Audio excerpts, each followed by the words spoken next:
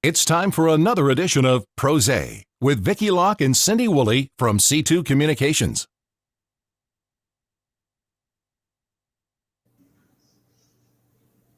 Hello. Hey, everybody. Vicki and Cindy here. Did you have a good weekend? It's been a fantastic weekend. How about you? Pretty good. What you drinking? My new favorite drink is a dark and stormy ginger beer and rum, and that was recommended by Carolyn Ridgway. So, cheers, Caroline. And Yes. What are you drinking? I'm drinking cake bread Chardonnay. It's delicious. I don't know if you can drink it with your allergies, but I think you'd like it. Very light, very refreshing. You still have a sparkly glass, even though it's not your rhinestones, man. Not my normal one. Right. You're not blinding me with rhinestones. PRosé is all about authors and books, and we call it PRosé. It rhymes with rosé because we're drinking, and PR because we're in PR. And speaking of PR, for airlines, I want to ask you, since you're a mom, 40% of parents have answered this question. Would you leave your child in coach if you got a free ticket to first class? 40% said yes. Are you there or not? 40%. You know, as a single mom with one child, it'd be really hard to be like, okay, you go sit back here by yourself. So I think I'd stay with her. Okay. And she's cheering me on in the background saying, good choice, good choice. They don't say what age, because we all know we don't want to be around screaming babies. I'm wondering, is that what they're going to do? Like, hey, you just stay back here with the screaming kids and I'm getting out of here. Oh, that's not right. Yeah. But I can remember when I was young, I was the baby out of 3, right? So when we had a family of 5 traveling, I could totally see both of my parents saying, peace out, we're going and moving up to first class without us. But yeah, I think I'd stick with my kiddo. She's pretty fun to be around. And the other big news item that has to do with Halloween, what do you think the biggest selling Halloween costume is so far this season? Oh my goodness. It's got to be like a doctor nurse thing or. Nope. It's Squid Game. Oh. The Netflix series. Have you watched it? I haven't watched it yet, but I've heard. It's like a bunch of people who owe a lot of money are thrown into this arena, so to speak. And it's Hunger Games, only it's a lot darker. There's a lot more blood. There's a lot of death. It's nuts. And all the warriors or the players that have to play games to try to win this money, they wear green tracksuits, and they say you can't get them right now. I don't know if it's Amazon, whoever is selling them, but people are going online trying to get those tracksuits for their Halloween costume. And the white shoes, the Vans, have gone up 8,000%. I'm not kidding you. It's nuts. Oh my goodness. I can't quite imagine. But well, if you watch it, it's the biggest thing ever on Netflix. I'm talking ever. I don't get it. Maybe somebody, because we always welcome all of you watching to weigh in on it. Maybe someone could chime in. Why it's so great. I don't like the dubbed, whatever. But let's get to it. Our author today, he's a novelist and a high school English teacher in Sandy Springs, Georgia. I love Sandy Springs. He grew up in North Carolina. He moved to Georgia when he was 18. He got his PhD in creative writing from Georgia State. He's won tons of awards. And he said that even if Steven Spielberg came calling and asked if, hey, I want to make this book into a movie, his latest book, he says, nope, he's not leaving his position at Holy Innocents Episcopal School.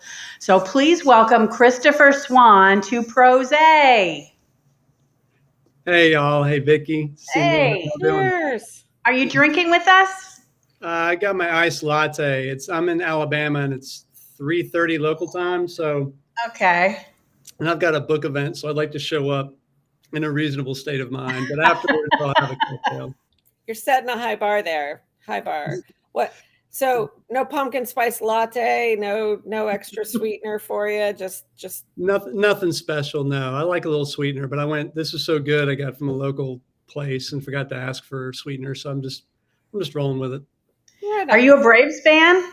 I am a Braves fan. I moved to the city in '88, right when they were at the bottom of the barrel. And so I was there when they went from worst to first. And Me too. yeah, so Well, I just brought that up because Soler is out with COVID, so he's not playing today. I haven't been following it. That's too bad. Oh, you have? Yeah, I guess you've gotten a little busy with your book. Well, which book? My goodness, you're already underway on the next one, aren't you? I am working on number 4. In fact, I was working on it a little bit before today, and I panicked because I had the wrong time in my laptop. I hadn't updated it to local time and thought, oh my gosh, I'm going to miss this interview. And ignore the panicky email that's probably sitting in your inbox. But yeah, I'm trying to use the time I have to get some words down on the page. Well, I have to ask you about A Fire in the Night. I understand that you became a writer because of a lie that had to do with the fire. Is it coming full circle? Not a fire, but I had the first story I remember telling everybody and getting I told people and got really good audience participation, and was a story about my house getting robbed. And basically, everyone said, "How was your weekend?" And this is in grade school or junior high. And I said, well, my house got robbed, and nobody turned and looked at me. And I heard myself say that, and it hadn't happened. But I went, well, now what? And instead of going, nah, I'm just kidding. How was your weekend? I thought that would be weird. So instead, I'm explaining this whole thing about somebody crawling through my window, and I pretended to be asleep. And when they left with a pillowcase full of cash, and I think I said silverware, like some kind of reverse Santa Claus, that's when I pushed them out the window into my pool in the backyard. And everyone's like, oh my God. And the bell rang, and we had to go to class. And I thought it went fine. It was sort of like juggling. Like I wasn't trying to lie to them. I was just trying to keep everybody entertained. I was like, give the people what they want. And they were into the story. And it was great until I got home, because one of the guys at the table told his mom, who called my mother, and it's like, I'm so sorry. And how was Chris? Because he was so brave to push that man out the window. When I got off the bus and walked home, my mother had a few things to say to me, but I find it interesting that the very first story I told was about crime, even if it was made up. So that part has stuck with me. And the rest is history. Oh, yeah. So tell everybody a little bit, without giving too much away, a little bit about the story. Sure. A Fire in the Night is the story of Nick Anthony. He is a professor who is grieving the loss of his wife, who has died within the past year of cancer. And he has retreated to their mountain home in Cassers, North Carolina, and has basically just sort of walled the whole world out. And then he gets news from a sheriff's deputy who has to drive to his house because he's cut off his phone line too, that his brother and his brother's wife have died in a house fire in Tampa, Florida. And they wanted to let Nick know. And by the way, has he seen his niece? Because she's missing, and he doesn't even know he has a niece because he's estranged from his brother. I hadn't seen him in 20 years. Guess who stumbles onto Nick's porch the next day? It's Annalise, his teenage niece, and she tells the story of how her parents didn't die in an accidental house fire. They were killed. She knows who did it, and she has something to give to her uncle that her father said, give this to your uncle. And the story goes from there. So are you a crime scene buff? Are you do you watch all the crime stories on TV? I grew up with a healthy dose of, grew up with Law and Order, and Cindy loves that. Yeah, I've always loved crime stories and detective mysteries and everything like that. I've loved that genre. In terms of true crime and like getting really wrapped up or obsessed with That's not so much. It's more the made up world. So I'm no expert in crime scene investigations, but I mean everybody likes a crime story, because when you have crime's committed and then it's like the world is out of whack, like that's not supposed to happen, right? And there are victims and there are consequences, and somebody comes in, the detective or investigator, and is able to kind of set everything to rights. And we like that. I mean, I like that of reading Sherlock Holmes stories growing up, and I've liked that ever since. So, Yeah, I'm addicted to Criminal Minds, and I feel like it's this chess game, and at the end, it gets kind of distorted, but that whole sense of bringing it back together just makes life make sense a little bit more. yeah, and trying to find a way to do that where it's not too cookie cutter and too, oh, everything is neat and tied up with a bow, because real life's not like that. So I try to play with stories. Now I have twists and turns because people like those, and I like reading those. But I like to have some kind of an ending that makes you feel satisfied, even if it's not, again, neatly tied up and justice isn't necessarily always served. But yeah. I was wondering how you measure the success, or whether you're on the right track with your twists and turns. Is it like maybe the hair on your arms raises and you go, okay, yeah, this is good? Sometimes, but I also show everything that I write to my wife, Kathy, because she is a really good reader and gives me very honest feedback, which is something that the older I get, the more I appreciate. When I was younger, like, what are you talking? This is amazing. I wrote this fantastic. No. And she's like, this scene, this is pretty good. This scene you can cut because it's boring and no one would want to read that. And she is almost always right. So I do that. I don't just trust my gut all the time, but I go with it and see how far I can go with the twists and turns. Because I think people like to be surprised. If you're going to write anything that's like a mystery, you want to avoid, I call it Butler and Aliens. There's two poles of mysteries. One is how the butler did it. How surprising. I figured that out in page 50. And I read the next 250 pages in the vain hope that something interesting would happen. Thank you for ruining my weekend. That's the one. The other is Aliens did it? What? Like that?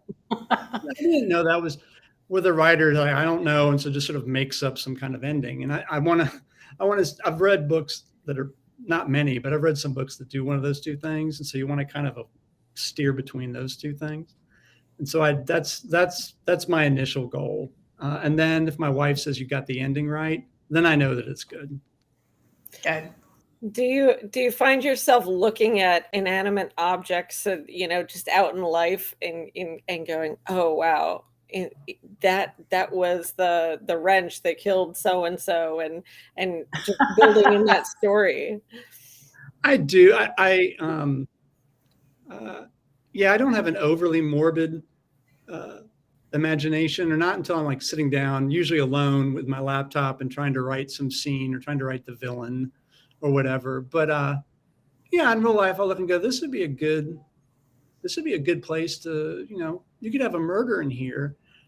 And I've done this too. I've talked to other author friends of mine who they'll be like, no, you can't kill him this way. What you've got to do, and they're having a conversation in a coffee shop, and they realize after a long time, everyone around them is either intently listening or quickly kind of backing away, or both. And I've been in that. I'm like, no, this is, we're writing a novel. And I go, okay. Sure. Yeah, novel. Mm-hmm. Yeah, I hope no one ever goes through my search engine history. It's automatic weapons, different types of handcuffs. How do you dispose of a body? And then the geography of Western North Carolina. This sort of what seems random, but I'm like, no, I need to know these things for the story to make sense. So, Molly writes, whenever I hear sirens, I begin to imagine the entire story behind what they are responding to. Do you do the same thing? I have, and often it's like, God, I hope someone's okay. Usually if I see an ambulance, I'm like, oh God, I hope they get whoever's there to the hospital quickly. If it's a fire truck, I hope it isn't a bad fire. If it's a police car, usually I'm like, oh, I wonder, and maybe this speaks to me having some twisted sense of humor or view of the world. I'm like, ooh, I wonder where they're going to. And of course, I hope that they're safe too. But I'm only wondering, oh, what happened there? I've told my high school students, especially when they're writing, like, watch people. Like, don't be creepy about it. Don't stalk people. But if you're in a Starbucks or you're in the cafeteria or whatever, just watch people and imagine, where are they going? What are they doing? It's not about really trying to figure out what they're really doing. It's just making up stories in your head. That's a way to exercise your imagination and get ready to write a story. And as an English teacher, have you read The Plot?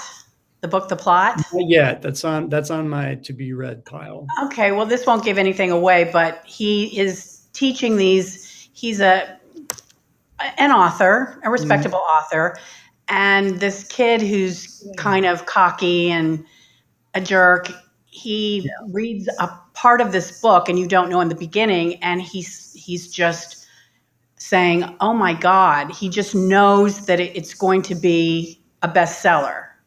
Is that kind of true? Have you ever read anything, or as a publicist ever read a few pages of your book and said, oh my God, this plot is going to just be on the bestsellers list? I wondered how accurate that was. Not yet. They've read like, this is, yes, I've gotten feedback like, this is really great. And it means more to me when someone I don't know reads something I've written and lets me know at a book signing or maybe an email through my website or something like, hey, I just want to let you know I read this book and I thought it was really great. Or if I read reviews online. I think nobody in publishing really knows, like, there's no crystal ball. Nobody knows what's going to be a bestseller and what's not. It's kind of like throwing stuff at a wall and seeing what sticks sometimes. And when they put a lot of money and effort behind a particular book, and that amplifies the signal and it gets a whole lot of press, that helps.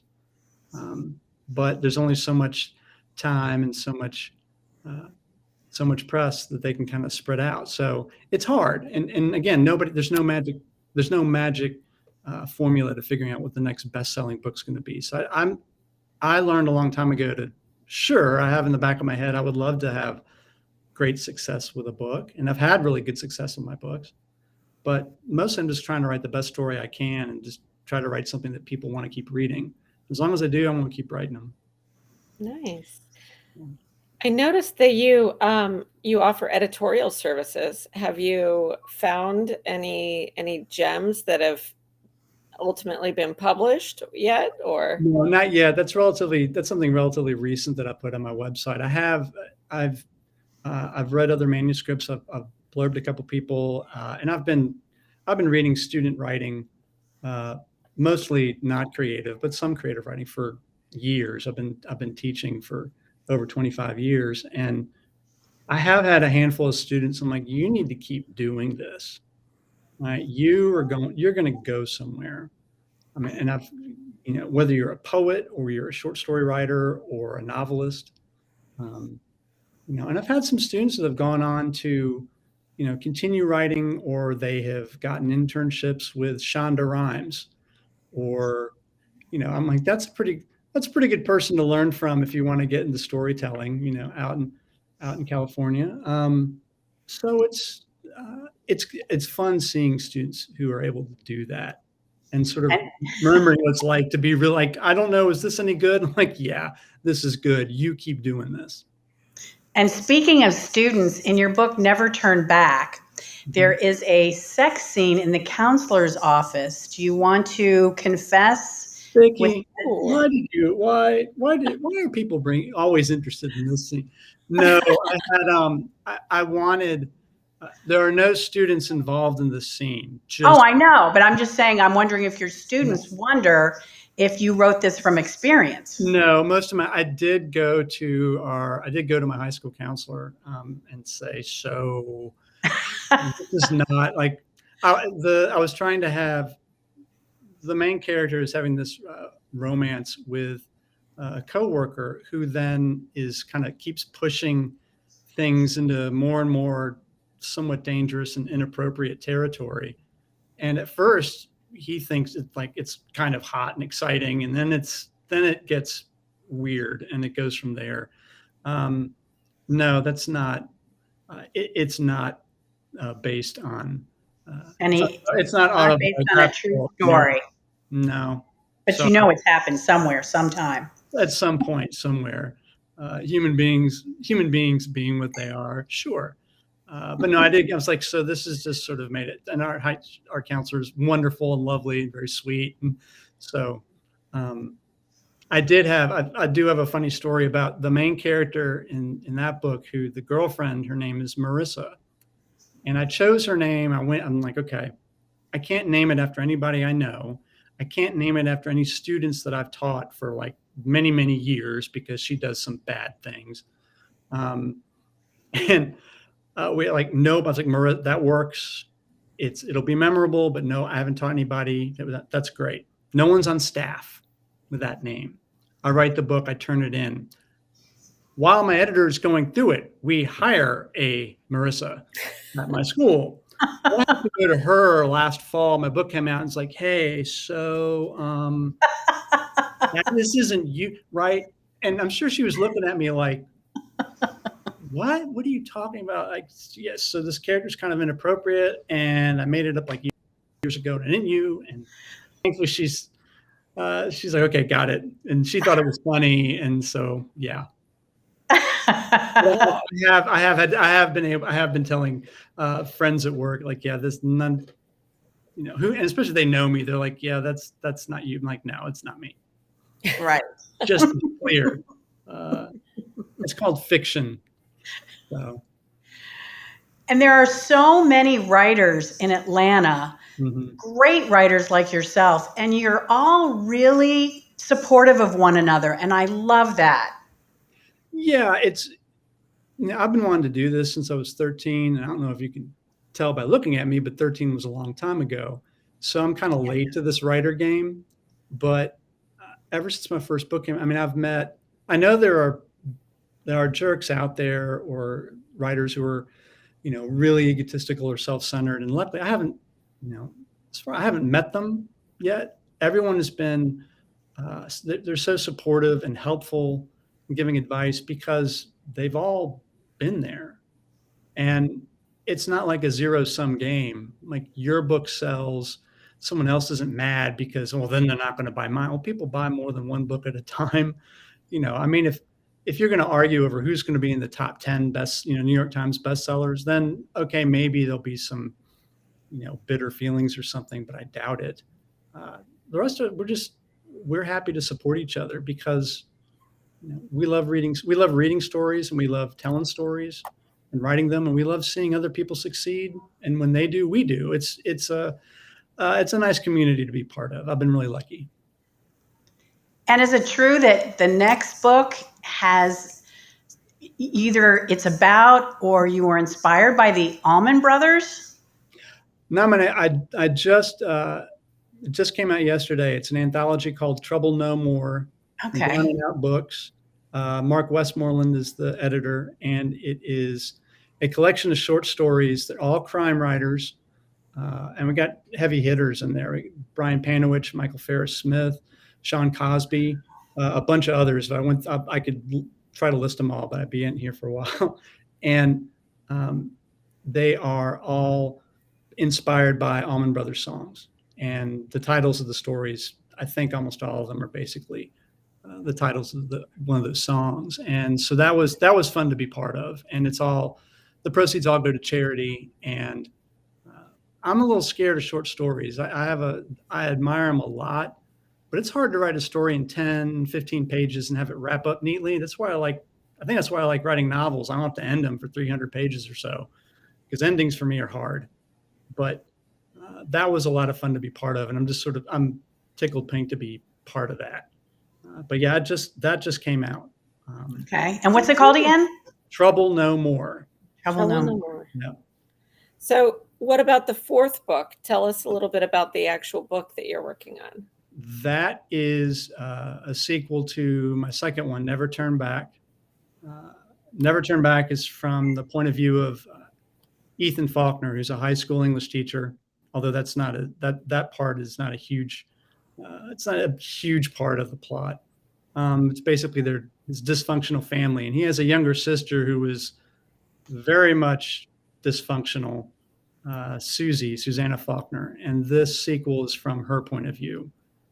Because she's one of the first characters that I created who she would not do what I wanted her to do. Like she has to eat the peas in some dinner scene. And in my head, she's like, no. I'm like, yeah. I didn't hallucinate her. It wasn't like I was, talking out loud to her, but she just, I said, yeah, you will. And I made her eat the scene, and I made her eat the peas, and the scene died.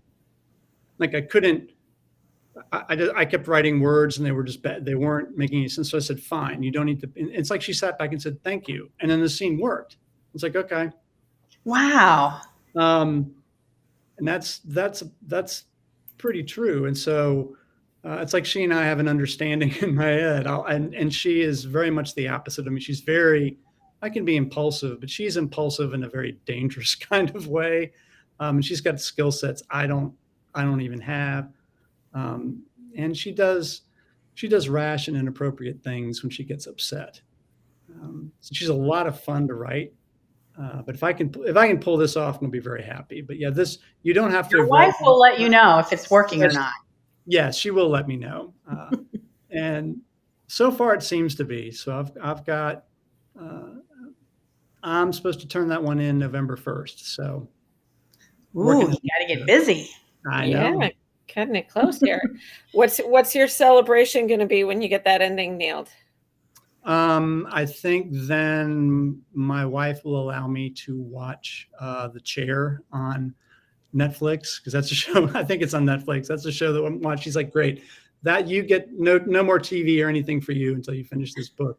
I'll probably have a nice bottle of wine or something. Ooh, what's your favorite? Anything red, dry. Prisoner would be perfect. I've heard Prisoner. Yeah. I've had Prisoner. Delicious. It would be good. Absolutely. Well, this was so much fun. We know you've got a book signing tonight, right, in Alabama? I do at Page and Palette here in Fairhope, Alabama. So if you're in the area, come on by. But thank y'all so much for having me on here. It was great. The book is A Fire in the Night. You can get it in Alabama and meet Christopher yourself, or you can get it, I'm sure, anywhere. I know you really love the indie bookstores. Very much so. I've become a huge sort of evangelist for them. And they are small businesses that, like everyone, have been hit by the pandemic, but they especially, and they have worked really hard to have events and have books, and they know things. I'll tell you a quick story. I was in an indie bookstore once waiting for my own event, and a customer came in, and the bookseller said, hey, can I help you? And the woman said, yeah, I'd like to read a book. I'm looking for a book like Gone Girl, except a little less dark and with characters I might actually like.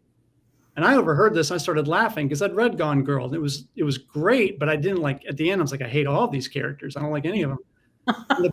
The bookseller said, yeah, I've got 3. Come with me. And I was like, that's why we need indie bookstores. Because wow, yes. Right? You go into another store and have to Google it. And they're like, yeah, I got 3 titles for you. Let's go look at them. So support your local indie bookstores if you can, everybody. Well, thanks, Chris. Best of luck. Cheers. Enjoy your latte. Thank you, Cindy. Thank you so much for having me on PRosé. We'll see you next book. That's a promise. Thanks. Join us next week for another edition of PRosé with Vicky Locke and Cindy Woolley from C2 Communications.